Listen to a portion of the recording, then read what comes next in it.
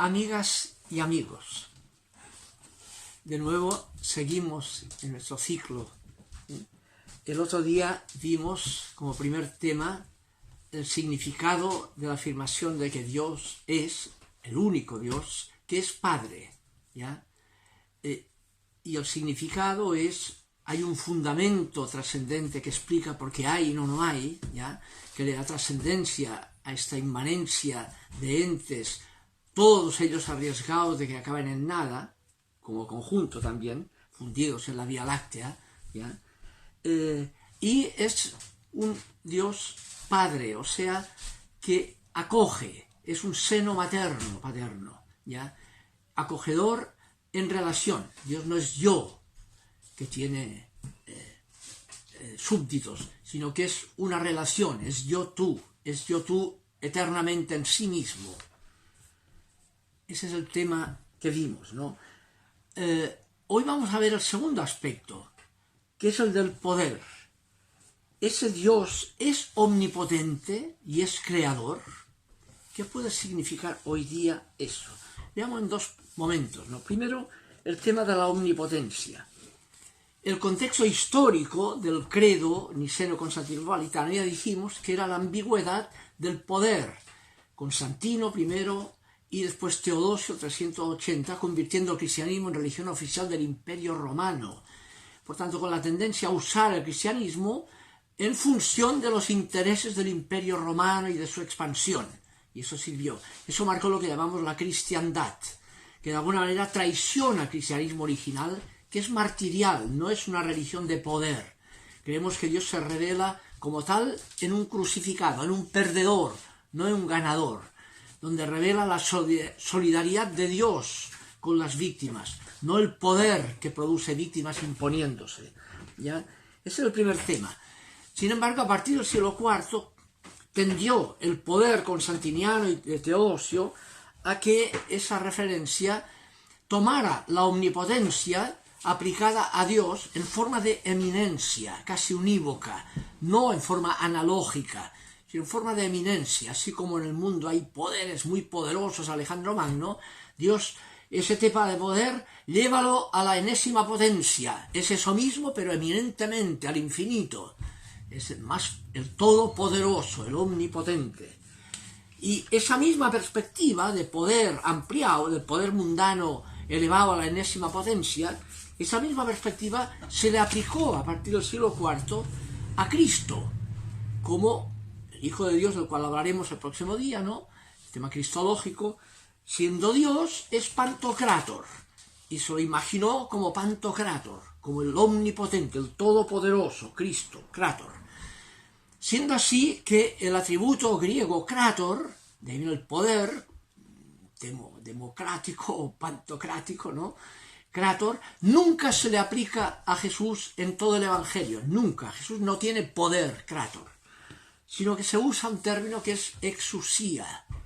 Jesús tiene en el mundo exusía, potestad servicial. Incluso el texto con que termina el Evangelio de Mateo 28, ¿no?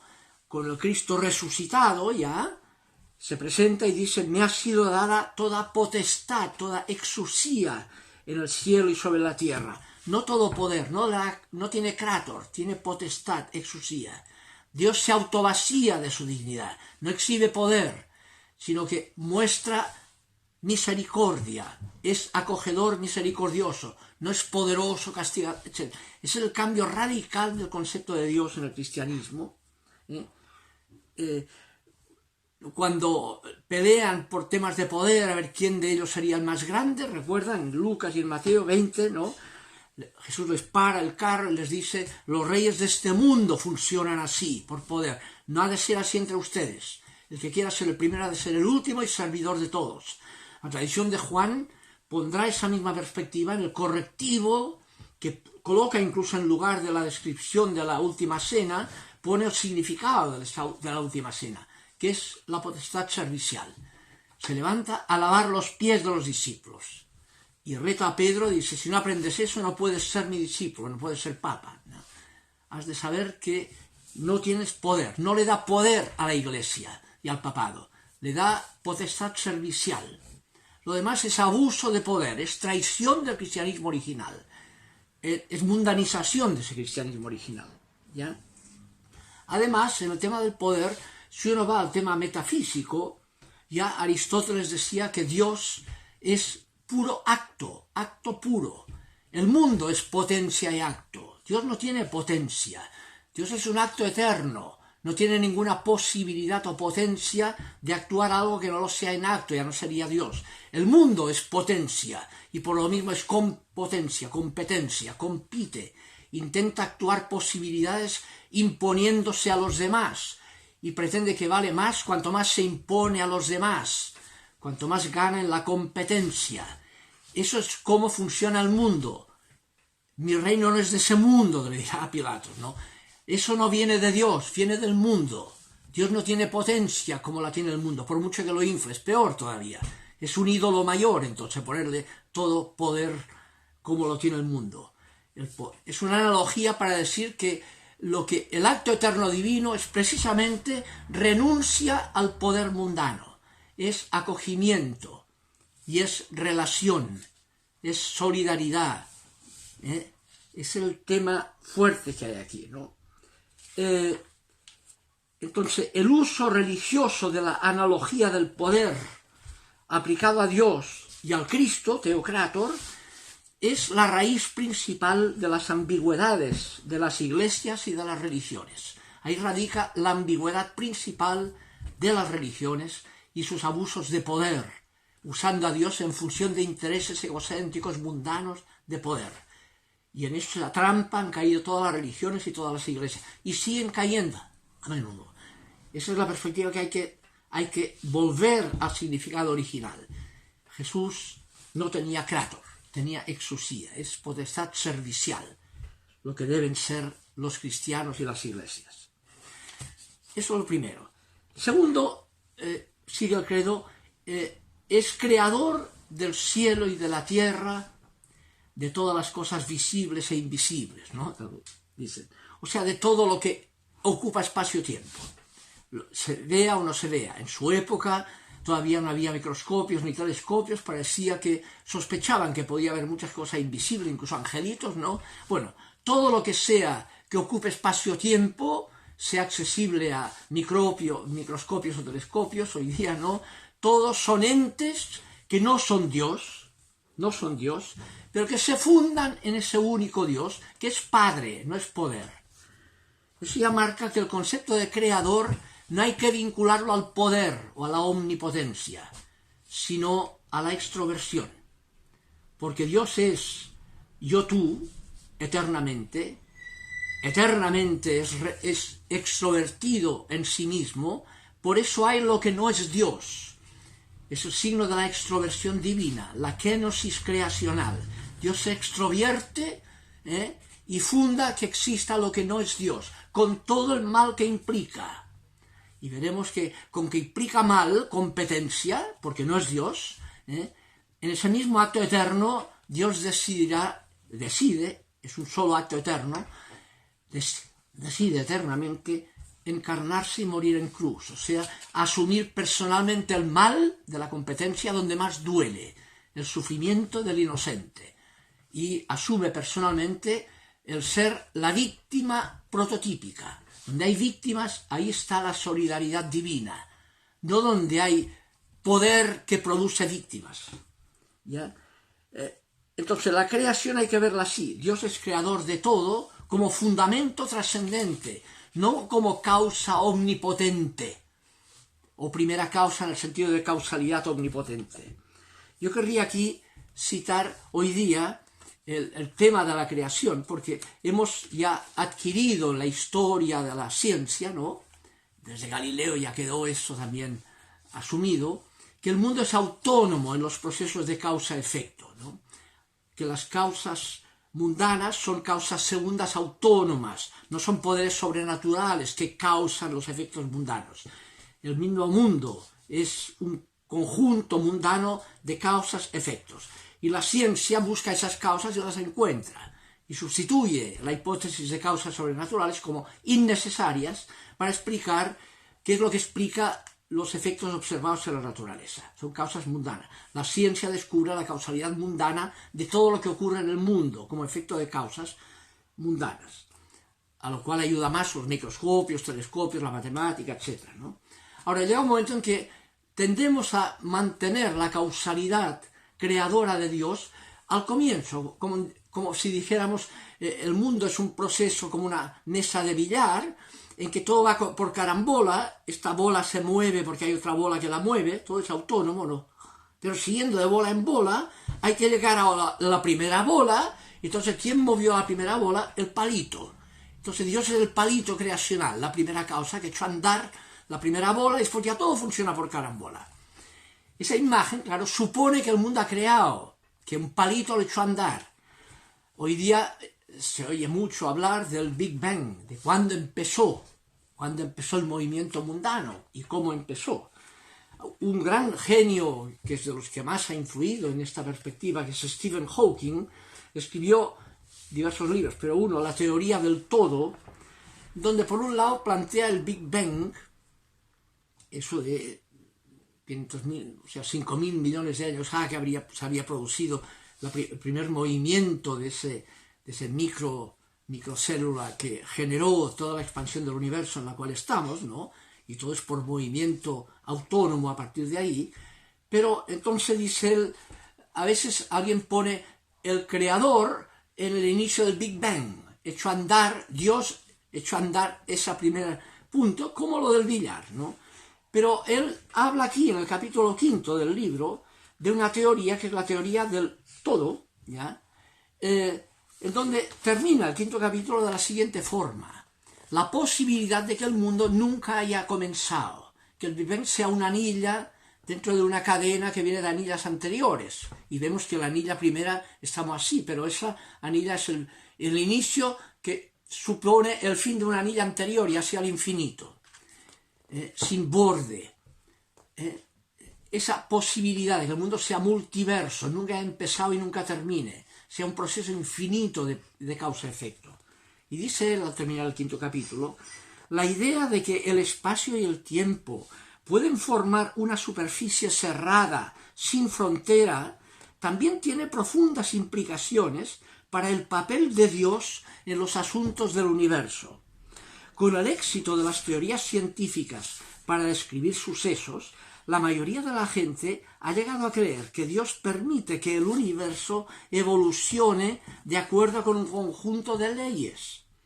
Él no parece intervenir en el universo para romperlas. Sin embargo, las leyes no nos dicen a qué debería parecerse el universo cuando empezó. Seguiría siendo voluntad de Dios dar cuerda al reloj y escoger cómo se puso en marcha. Mientras el universo tuviera un principio que fuera una singularidad, se podría suponer que fue creado por un agente exterior.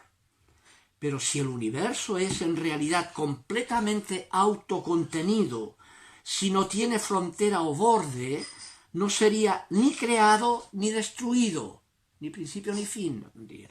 Simplemente sería. ¿Qué lugar habría entonces para un creador? Y así termina el capítulo 5, ¿no? Si nunca ha empezado y nunca terminará, ¿qué significa que Dios lo creó?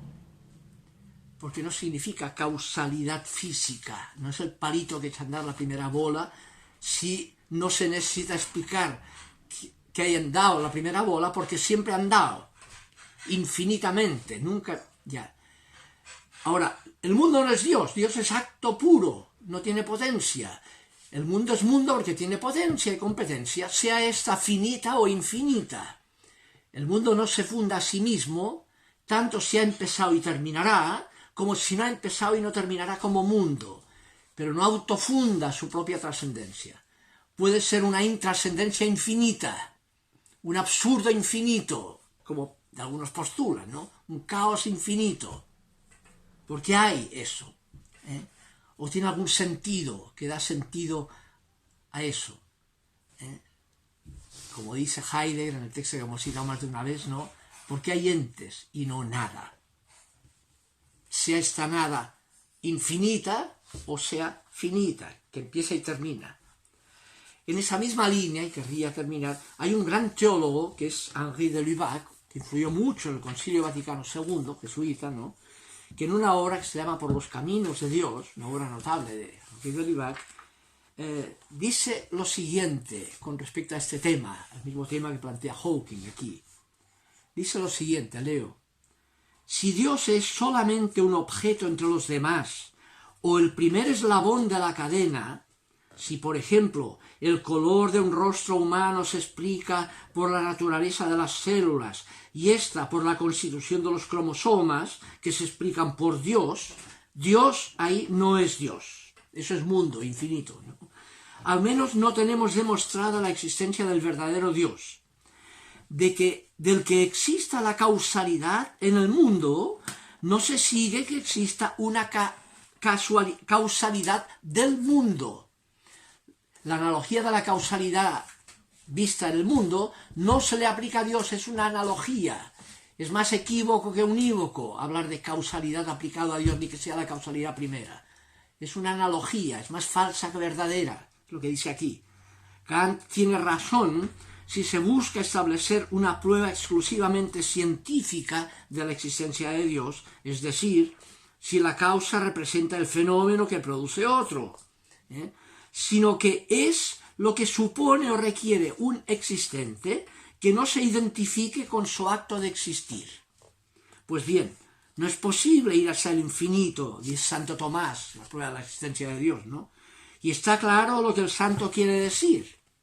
No se trata de cadena, ni de una serie de objetos, como si no fuera posible soportar la fatiga de contar una infinitud de coches o de millones de procesos de causa-efecto, sino que por fuerza hay que salir de la serie en uno u otro momento.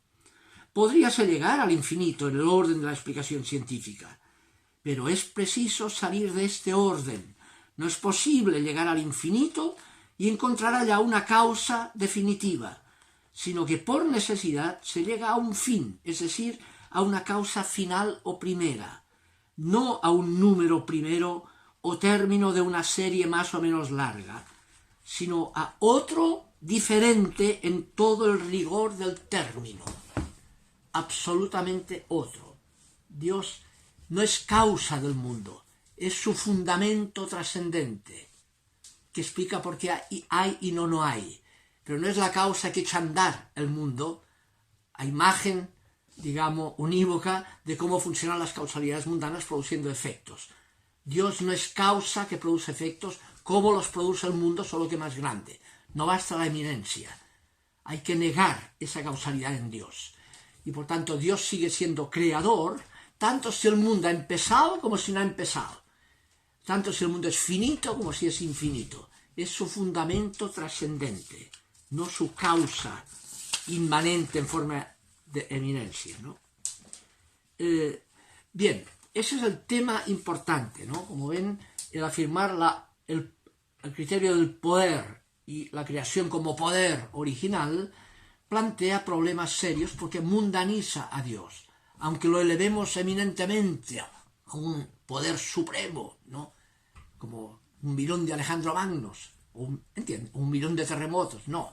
Dios no es poder como lo es el mundo, por mucho que lo infles. Dios, por eso el primer día partió el tema del Padre vinculado a lo que Dios es, y no vinculado al poder. El poder tiene que ser leído a la luz de lo que significa que Dios es seno acogedor y relacional. No es poder competitivo que se impone a nadie. Ese es el tema, el correctivo grande que tiene que hacer la fe cristiana y la fe cristológica. El próximo día vamos a entrar en la primera afirmación cristológica. Creemos en Jesucristo que es Señor. Nos vemos. Que estén bien.